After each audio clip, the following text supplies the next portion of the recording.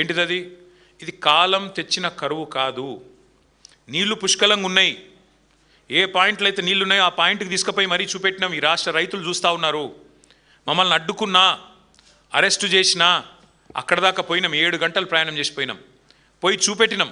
ఇగో నీళ్లు 1,00,000 క్యూసెక్కులు నీళ్లు కిందికి పోతున్నాయని చూపెట్టినాం. 1,00,000 క్యూసెక్కులు అంటే 9 టీఎంసీలు. 9 టీఎంసీలు రోజుకి 9 టీఎంసీలు కిందికి వృధాగా పోతూ ఉన్నాయి. 9 టీఎంసీలలో కేవలం నువ్వు లిఫ్ట్ చేయాల్సింది 2 టీఎంసీలే.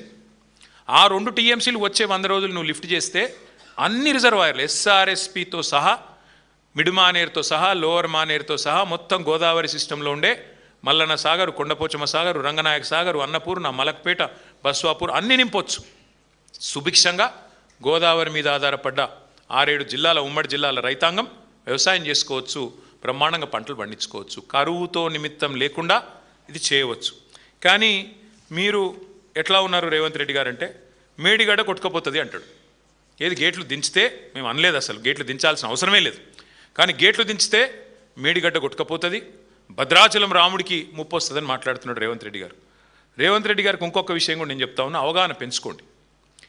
2022 జూలై 15 అంటే దాదాపు ఇదే సమయం 4 ఏళ్ల కిందట భయంకరమైన వరద వచ్చింది గోదావరిలో. భయంకరమైన వరద, 500 సంవత్సరాల్లో ఎన్నడూ రానంత వరద. దాదాపు 28.5 లక్షల క్యూసెక్కుల వరద. అంటే దాదాపు 247 టీఎంసీలు ఒక ఉప్పెనలాగా ఒకటేసారి 28.5 లక్షల క్యూసెక్కులు.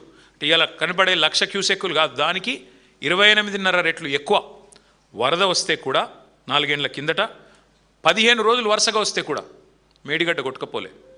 Highest flood in the history, 500 years of history Godavari. వరద వస్తే కూడా మేడిగడ్డ కొట్టుకపోలే, అన్నారంకేం కాలే, సుందిళ్ళకేం కాలే, బ్రహ్మాండంగా మరి పూర్తి స్థాయిలో తట్టుకొని నిలబడ్డది. అది మేడిగడ్డ కాదు, మేటిగడ్డ అని రుజువు చేసింది. మరి 247 టీఎంసీల వరద తట్టుకున్న మేడిగడ్డ కేవలం 9 టీఎంసీలు, 1,00,000 క్యూసెక్లే పోతున్నది. కేవలం 1,00,000 క్యూసెక్కులు అంటే 9 టీఎంసీలు పోతే తట్టుకోలేదా? మీరు అన్నారంలో సుందిలలో గ్రౌటింగ్ చేసిన మాట వాస్తవం కాదా? ఇంజనీర్లు చెప్తున్న మాట నీకు వినబడట్లేదా? ఇది వాస్తవం కాదని నేను అడుగుతా ఉన్నాను. అంటే ఈ సిగ్గు లేకుండా అసలు మేము బ్యారేజ్ మేడిగడ్డను ముట్టుమనే అంటలేం, గేట్లు దించుమనే అంటలేం. అది పోతున్నది 1,00,000 క్యూసెక్కులు. ఆనాడు మరి 15 రోజుల పాటు 247 టీఎంసీల నీళ్లు రోజు వచ్చినా తట్టుకున్న భద్రాచలం ఇవాళ 9 టీఎంసీలకు 1,00,000 క్యూసెక్కుల ప్రవాహానికి కొట్టుకపోతుందంటే నువ్వు పిచ్చోనివా మంచోనివా, నువ్వు ఏంటిది నువ్వు అనేది ఒకసారి రాష్ట్ర ప్రజలే, రాష్ట్ర రైతులే ఆలోచన చేయాలని చెప్పి నేను కోరుతాను. ఇది నా లెక్కలు కాదు, ఇది కూడా సిడబ్ల్యూసి లెక్క అని చెప్పి కూడా నేను మీకు విజ్ఞప్తి చేస్తా ఉన్నాను.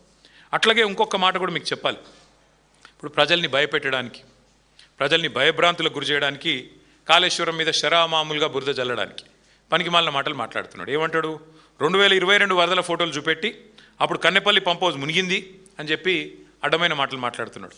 నేను వారికి చెప్పేది ఒకటే, ఇప్పుడు రెడీగా కన్నెపల్లిలో బటన్ నొక్కితే మోటార్లు పనిచేస్తాయి. పంప్ హౌస్ మంచిగా ఉంది, పాపం ఇంజనీర్లు కష్టపడుతున్నారు, నువ్వు పట్టించుకోకపోయినా వాళ్ళు మెయింటైన్ చేస్తున్నారు.